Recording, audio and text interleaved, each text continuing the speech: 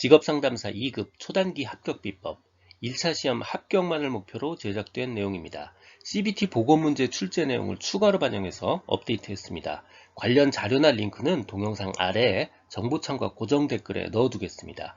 도움이 되셨다면 좋아요, 구독 부탁합니다. 한국 표준직업분류의 직업분류 원칙은 모두 세 가지가 있습니다. 첫 번째는 일반 원칙이고요. 두 번째는 한 명이 여러 가지 직업을 동시에 하고 있는 다수직업의 분류 원칙이 있고요.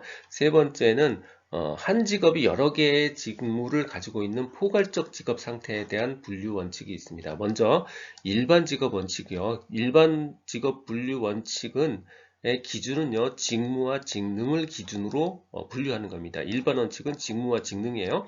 원칙 1은 포괄성의 원칙이고요. 두 번째 원칙은 베타성의 원칙입니다. 포괄성, 베타성의 원칙이에요. 자, 베타성 원칙의 의미요. 동일하거나 유사한 직무는 어떤 경우든 같은 단위의 직업으로 분류되어야 합니다. 동일하거나 유사한 직무는요, 어떤 경우든 같은 단위의 직업으로 분류되어야 됩니다.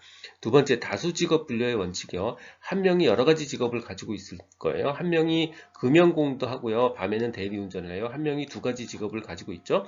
이럴 때 이 사람이 직업을 분류하는 원칙입니다. 첫 번째는 취업시간 우선의 원칙이요. 긴 직업이 진짜 직업이고요.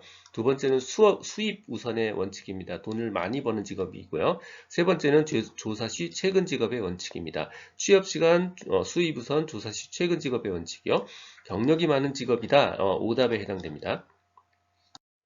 포괄적 업무 분류 원칙입니다. 포괄적 업무란 하나의 직업에 여러 개의 직능 혹은 여러 개의 직업 성격을 다 가지고 있을 때 이거를 무슨 직업으로 대표할 거냐라는 원칙입니다. 첫 번째는 주된 직무 우선으로 판단하고요. 두 번째 최상급 직능 우선으로 판단하고 세 번째 생산 업무 우선으로 판단합니다. 이건 순서가 있어요. 적용 순서 1순위 직무, 2순위 직능, 3순위 생산 업무 우선입니다.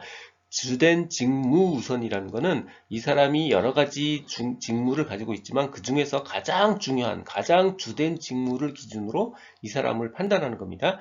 예를 들어서 의과대학 교수인데 강의도 하고 진료도 해요. 그러면 이 사람이 직업을 봐서 강의나 평가 쪽에 집중되어 있으면 이 사람은 교수로 직업을 분류하고요. 만약에 진료나 처치에 이 사람이 직무가 주된다 그러면 이 사람을 의사로 분류하는 식입니다. 두 번째 최상급 직능 우선입니다. 여러 가지 직능이 있는데 그 중에 한 직능은 직능 수준이 굉장히 높고요. 다른 직능 수준이 되게 낮다 그러면 가장 높은 직능을 기준으로 해서 이 사람이 직업을 분류합니다. 세 번째 생산 업무 우선 원칙이요. 재화의 생산과 공급이 같이 이루어질 때는 생산 단계를 기준으로 해서 직업을 분류합니다. 예를 들어서 빵을 구우면서 이 사람이 직접 판매도 했다. 그러면 빵을 구우니까 제빵원이고요. 판매했으니까 판매원인데 생산 업무 기준이니까 두 가지 중에 제빵원이 선택이 돼서 결국 제빵원으로 분류하는 겁니다. 오답의 케이스요. 취업시간 우선, 수입 우선, 최근 직업 우선의 원칙은 모두 다수직업 분류 원칙이에요. 요 두 가지 분류 원칙을 막 섞어서 내서 출제하는 경우가 굉장히 많습니다. 요 두 개 명확하게 구분할 필요가 있습니다. 듣고 계신 강의는 직업상담사 2급 초단기 합격 비법의 핵심 이론 파트입니다.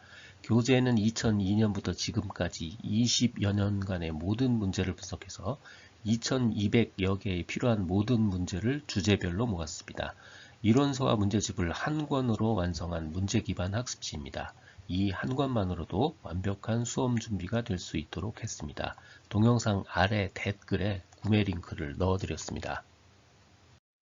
한국 표준직업분류 특정 직종 분류 중 기억해야 하는 상세 내용들입니다. 먼저 행정관리 및 입법기능 수행하는 사람들 대부분 일관리자에 분류됩니다. 입법공무원의 명칭은 의회의원으로 변경됐고요. 장관은 고위공무원으로 분류됐습니다. 반장처럼 주로 수행된 일이 전문적이고 기술적인 통제 업무를 수행하는 하는 감독자들, 이 감독자들은 감독되는 근로자들과 동일 직종으로 분류합니다. 연구개발 업무 종사자는 WE 전문가 및 관련 종사자 그룹에 해당하고요. 계속적인 관찰이나 직무 훈련 업무를 하는 주로 지도직들이요. 지도직은 지도하는 특정 직종 혹은 기능, 그 기계 조작 종사자로 분류합니다. 그 지도하는 직종으로 그냥 분류한다는 뜻이에요. 관공서의 기관장은 직급과 상관없이 요 말에 관심을 가져야 돼요. 직급과 상관없이 관리자 직군입니다. 직급에 따라 관리자 직군으로 한다. 이거 오답에 해당합니다. 현업과 관리 감독을 겸업하는 경우에 근무 시간의 80% 이상이 관리 감독일 경우에만 관리자입니다. 아니면 현업에 수행하는 거예요. 관리자는 직위나 직급에 의한 것이 아니고요. 그 수행하는 업무의 특성에 따라서 분류되어야 합니다. 자영업주 및 고용주요. 주된 직무 우선 원칙에 따라 수행하는 직무 중 투자하는 시간에 따라서 분류가 되는 거예요. 투자하는 시간이 가장 많은 직무로 분류됩니다. 일의 형태나 직무 내용에 따라서 정의됐다. 이게 오답입니다. 군인은 대분류-A 군인으로 별도로 분류가 되었습니다. 한국표준직업분류 대분류입니다. 대분류 2번이요. 전문가 및 관련 종사자입니다. 무슨 전문가, 무슨 관리자 다 대분류 2고요. 특히 항공기조종사 파일럿이요. 파일럿은요. 전문가에 속합니다. 그래서 대분류 2에 속합니다. 대분류 3은 사무 종사자예요. 이번에 행정사가 신설됐죠. 한국표준직업분류와 국제표준직업분류 ISO 08과 동일합니다. 대분류 4번이요. 이거 서비스 종사자고요. 특히 경찰도 서비스 종사자에 포함됩니다. 대분류5는 판매 종사자예요. 판매 종사자에는 행사 및 홍보 도우미, 주유원 같은 분들도 다 대분류5에 속하고요. 대분류9는 단순 노무 종사자입니다. 단순 반복 육체적이고요. 1수준의 직무 능력을 보유하고 있으면 됩니다. 이번에 신설된 대분류-A요. 바로 군인에 해당합니다. 한국표준직업분류에서 신설된 직업군이 있군요. 먼저 4차 산업혁명 관련해서는 데이터 분석가, 모바일 애플리케이션 프로그래머, 그리고 산업특화 소프트웨어 프로그래머 같은 게 있고요. 문화 콘텐츠 관련해서는 미디어 콘텐츠 창작가, 그리고 사회서비스 일자리 관련해서는 노인 및 장애인 돌봄, 놀이 및 행동치료사 같은 게 있고요. 여가 관련해서 문화관광, 자연, 숲해설사, 반려동물 훈련사 같은 것들이 있습니다. 군인 직종이요. 군인 직종은 대분류 A의 군인으로 대별됩니다. 대분류 A의 군인이에요.